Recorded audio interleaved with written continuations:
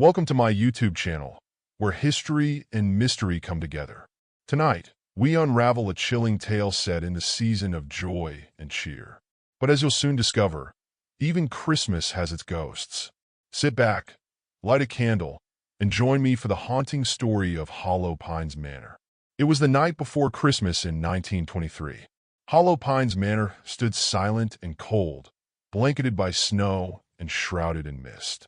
The grand estate had once been alive with laughter, but that was years ago, before the tragedy of the Greystone family. Now, it was little more than a forgotten relic, whispered about in the nearby village. This year, however, Hollow Pines had a visitor. Margaret Green, a writer seeking inspiration for her next novel, rented the manor for the holiday season. She'd heard the stories, tales of spectral apparitions and ghostly carolers, but dismissed them as fanciful legends. Margaret was far more interested in the house's historical charm and its promise of solitude. On her first night, she settled into the library, its shelves filled with dusty tomes and old leather-bound journals. The air was heavy with the scent of aged paper and pine from a small Christmas tree she'd decorated herself. Outside, the wind howled and the snow fell in thick, silent sheets. But then, a sound broke the stillness, a faint, melodic hum. It was soft at first, barely audible over the crackling fire, but it grew louder, carrying a tune Margaret couldn't quite place. She brushed it off, assuming it was the wind playing tricks on her. But as the clock struck midnight, the humming turned into singing. It was hauntingly beautiful, yet chilling, like a carol sung by unseen voices. Margaret stood, clutching her shawl, and moved toward the grand hall. The song seemed to echo from everywhere and nowhere all at once. In the hall, she found no one, but her gaze was drawn to the large, frosted window. Written in the condensation were the words, "Remember us."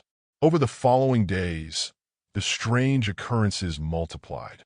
Christmas ornaments moved on their own. Candles flickered and extinguished without cause.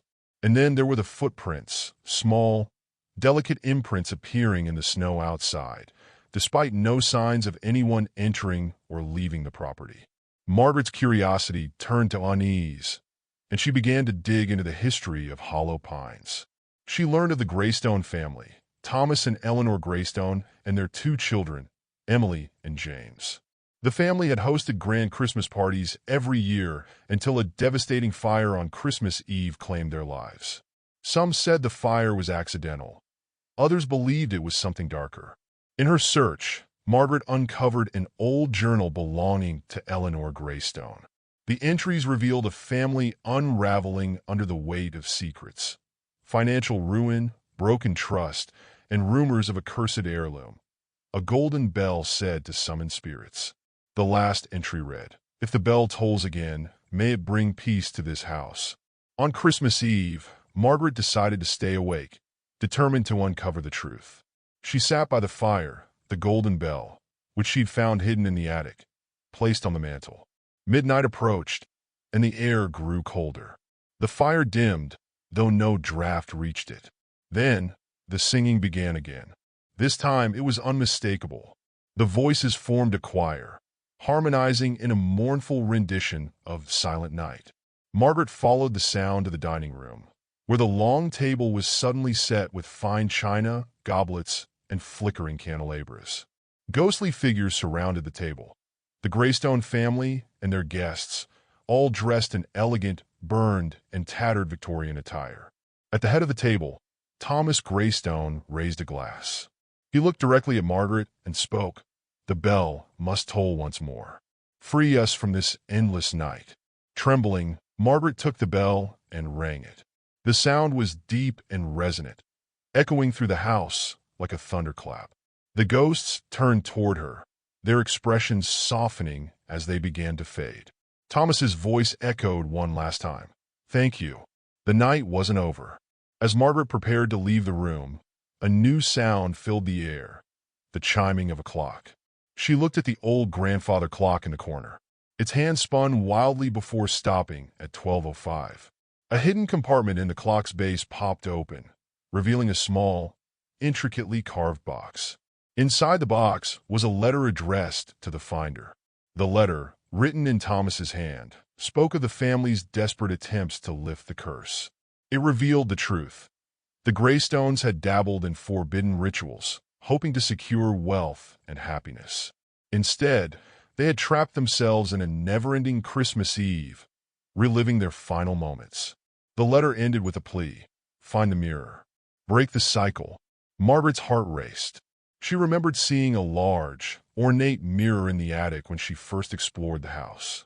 Gathering her courage, she ascended the creaking stairs, the golden bell clutched tightly in her hand.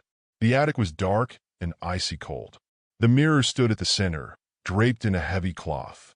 As Margaret approached, the air grew oppressive. She pulled the cloth away, revealing a tarnished surface. For a moment, all she saw was her reflection. Then, slowly, the faces of the Greystone family appeared behind her, their eyes filled with longing. Margaret raised the bell, unsure of what to do. The mirror began to vibrate, its surface rippling like water. Thomas's voice echoed in her mind. Break the mirror. Set us free. Summoning every ounce of strength, Margaret struck the mirror with the bell. The glass shattered, releasing a blinding light. The room filled with the sound of joyous laughter as the spirits of the Greystone family ascended, their forms dissolving into the light. By morning, Hollow Pines Manor felt different.